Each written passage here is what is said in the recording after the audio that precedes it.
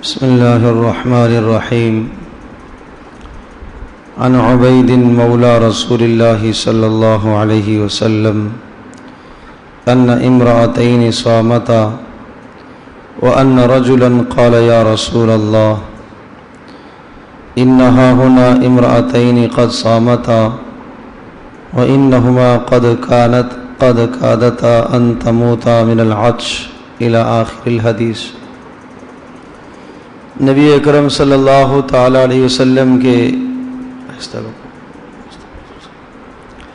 نبی پاک صلی اللہ تعالی علیہ وسلم کے ایک غلام یہ روایت نقل کرتے ہیں کہ دو عورتوں نے روزہ رکھا اور ایک شخص نبی پاک صلی اللہ علیہ وسلم کی خدمت میں حاضر ہو کر کہنے لگے اے اللہ کے رسول، یہ دو عورتیں ہیں اور ان دونوں نے روزہ رکھا ہے اور پیاس سے ان کی یہ حالت ہو گئی ہے کہ بس موت ہو جائے گی ابھی ابھی.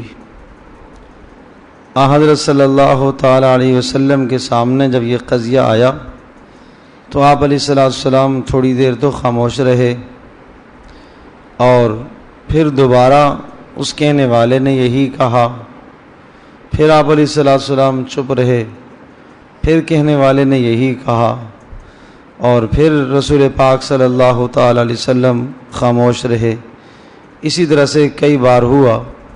پھر اس شخص نے کہا اللہ کے رسول، یہ دونوں مر جائیں گی. آپ علیہ السلام نے ارشاد فرمایا اچھا ان دونوں کو میرے پاس بلاؤ.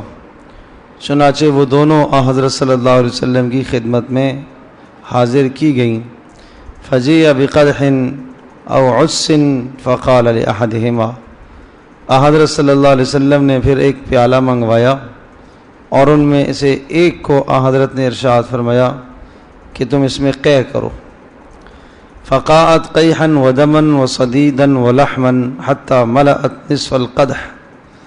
تو اس نے جب قے کی تو قے کے اندر پیپ، خون اور گوشت نکلا اتنا کہ آدھا پیالہ بھر گیا.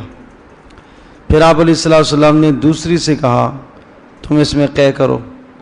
اس نے جب قے کی تو اس کی قے سے بھی خون، پیپ اور گوشت کے لوتھڑے اور ٹکڑے نکلے یہاں تک کہ وہ پیالہ مکمل بھر گیا.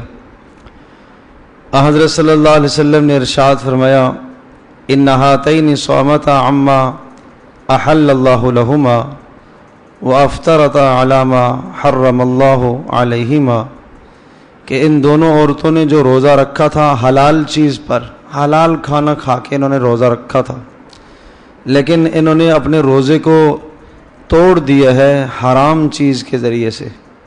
کیسے؟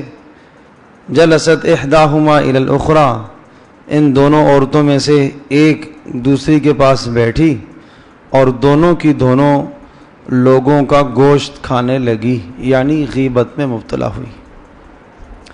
تو غیبت میں مبتلا ہونے کی وجہ سے ان کا یہ حال ہوا اور رسول اکرم صلی اللہ تعالی علیہ وسلم تو پہلے خاموش رہے. جب بہت زیادہ اصرار کیا گیا تو پھر نبی پاک صلی اللہ علیہ وسلم نے پیالہ منگوایا اور اس پیالے میں باری باری دونوں کو قے کرنے کا حکم دیا. تو قے کے اندر کیا نکلا؟